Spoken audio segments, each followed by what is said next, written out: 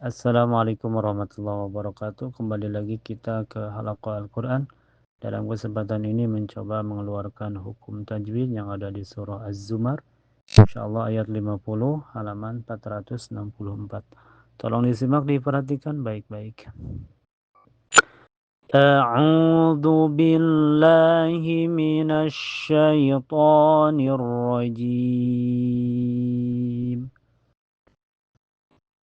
قد قالها الذين من قبلهم فما أغنى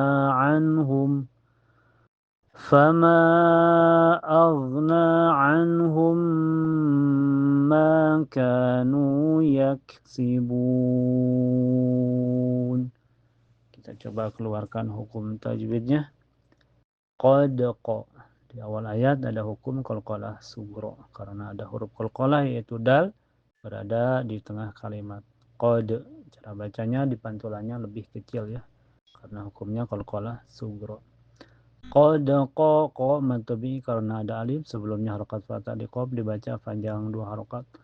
Qala halladzi lahal, setelahnya ada hukum alif lam asyamsiyah karena alif lam ketemu huruf syamsiyah yaitu lam.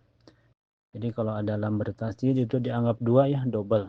Cara bacanya masuk langsung ke lam yang kedua. Jadi hukumnya alif lam asyamsiyah.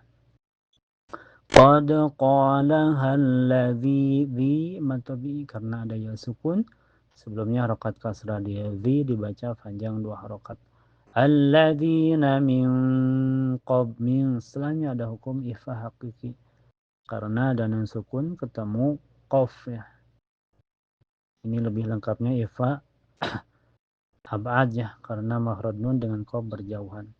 Jadi cara bacanya nun sukunnya disamarkan ke qaf dan ditahan sampai terasa ke hidung. Min qablihim qab. Setelahnya ada hukum qalqalah sugro karena ada huruf qalqalah yaitu ba berada di tengah kalimat. Cara bacanya pantulannya lebih kecil ya, asal mantul saja. Min qablihim lihim, setelahnya ada mim sukun ketemu huruf hijaiyah selain mim dan ba.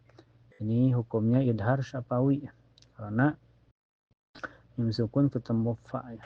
Cara bacanya mim sukunnya dibaca jelas. Min qablihim fama, setelahnya ada hukum majaiz mufasil karena matobi ketemu hamzah dalam dua kalimat matobinya yaitu alif sebelumnya harakat fathah di ma, hamzahnya yaitu di a. Dua kalimat fama dan aghna ya, aghna. Cara bacanya panjang bisa 2, 4 sampai 5 harokat. Tapi harus konsisten ya, pilih salah satunya mau 2, 4 atau 5 harokat. Jadi hukumnya majaid fasil. Fama aghna, ada gin sukun mutlaknya, awas jangan sampai mantul. Dan makhraj gin itu adnal halqi ya. Ini keluar dari pangkal tenggorokan sejajar dengan kho ya. Agh, jangan sampai mantul. Aghna na matabi karena ada fathah berdiri atau ada alif kecil sebelumnya harakat fathah dina dibaca panjang 2 harakat. Aghna anhum. Setelahnya ada hukum idhar halqi karena nun sukun ketemu ha. Cara bacanya nun sukunnya dibaca jelas. Anhum ma. Setelahnya ada hukum idgham mimi atau idgham mutamasilan karena ketemu dua huruf yang sama dalam sifat dan makhrajnya yaitu mim ketemu mim ya. Cara bacanya mim pertama dimasukkan ke mim yang kedua. Ini juga bisa disebut idgham kamil karena masuknya dengan sempurna. Jadi cara bacanya mim pertama dimasukkan ke mim yang kedua ditahan sampai terasa ke hidung. Jadi hukumnya idgham mutamasilan. Anhum matobi karena ada alif sebelumnya harakat fathah 5 dibaca panjang 2 harakat. Maka matobi karena ada alif sebelumnya harakat fathah dikaf dibaca panjang 2 harakat. Kanu sama matobi karena ada waw sukun sebelumnya harakat domah di nu dibaca panjang 2 harakat. Dan setelahnya ada alif bertanda bulat sempurna, ini namanya sifir mustadir ya, diabaikan saja.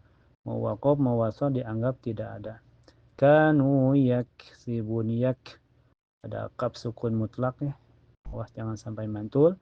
Dan kaf mempunyai sifat sidah, hamas ya, tertahan dulu lalu keluar napasnya ak, yak, yak, sibun, sibun. Setelahnya ada hukum mad arid disukun karena mad tabi'i ketemu huruf hijaiyah yang disukunkan karena waqaf. Mad tabi'inya yaitu sukun sebelumnya harokat dhammah di bu, huruf hijaiyah yang disukunkannya yaitu huruf nun awalnya berharokat fathah. Cara bacanya panjang bisa 2, 4 sampai 6 harokat, tetapi harus konsisten ya. Pilih salah satunya mau 2, 4 atau 6 harokat. Jadi hukumnya mad arid disukun. Demikian yang saya bisa sampaikan, semoga bermanfaat. Kalau ada kekurangan tolong masukannya. Barakallahu fikum.